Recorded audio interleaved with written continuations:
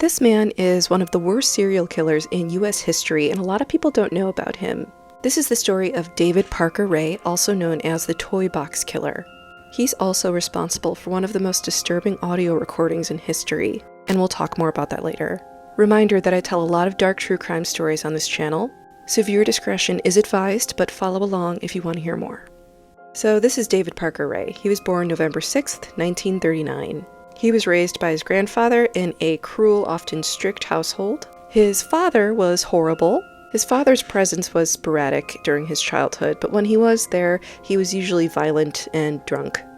His father also had the strange idea to provide young David Parker Ray with adult magazines, which all kind of had leather and chain themes, which seemed to shape and darkly influence his fantasies and crimes as he got older.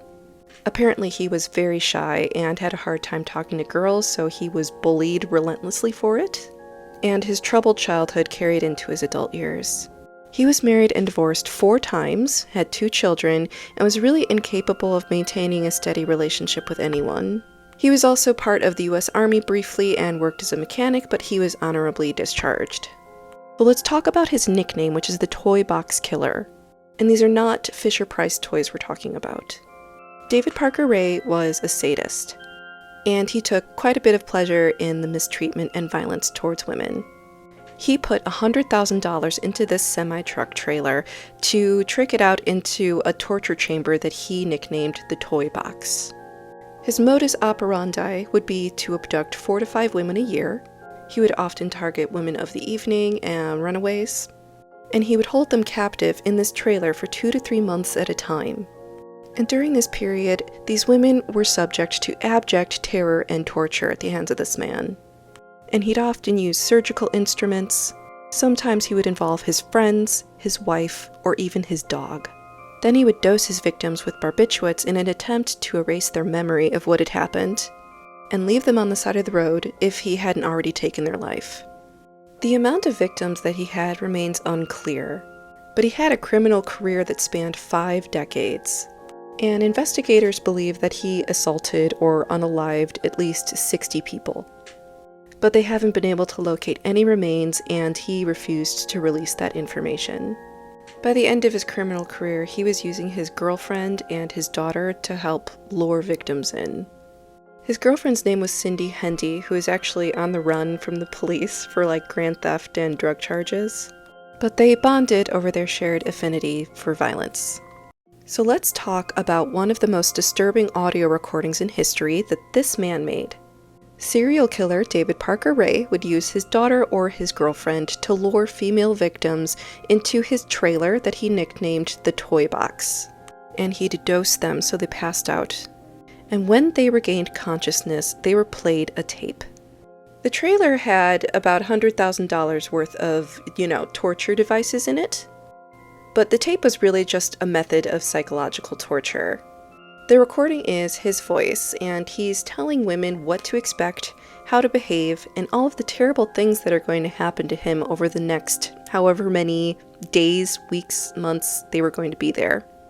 The tape has been made available to the public, and a quick Google search will pull it up, but it's an incredibly difficult thing to listen to, and this is the transcript, so you can pause to read. But I'm warning you, it is brutal. So David Parker Ray was caught in 1999, and this is how. This is Cynthia Vigil, and she was abducted by David Parker Ray and his girlfriend Cindy Hendy.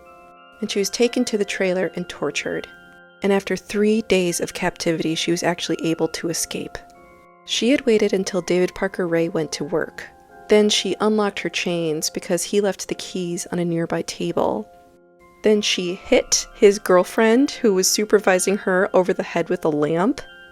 And when she escaped, she was wearing nothing but an iron collar. She ran down the road seeking help, where a nearby homeowner took her in, called the police, and they promptly arrested David Parker Ray and his girlfriend, Cindy Hendy. When this story became public, another victim came forward with a similar account of something that had happened at the hand of David Parker Ray. And police found another victim alive based off of pictures that he had in his house. David Parker Ray's trial was actually kind of a shit show. A judge that decided that the three victims couldn't be in a case together and different evidence applied to different cases. One of the defendants, Angelica Montano, actually passed away during the trial from an overdose. And his first trial ended in a mistrial because the jury couldn't decide on a verdict, because not all of them were persuaded that the testifying victims were held against their will. So they had another trial, and just a few days into it, the judge passed away. His next trial wasn't until the next year, and he had a new judge who wasn't as lenient. He pleaded guilty to 12 criminal counts and was sentenced to 223 years in prison. However, he passed away 3 years later from a heart attack when he was 62. With him gone, the case became a dead end, and the case was made public in 2002 so more survivors could come forward.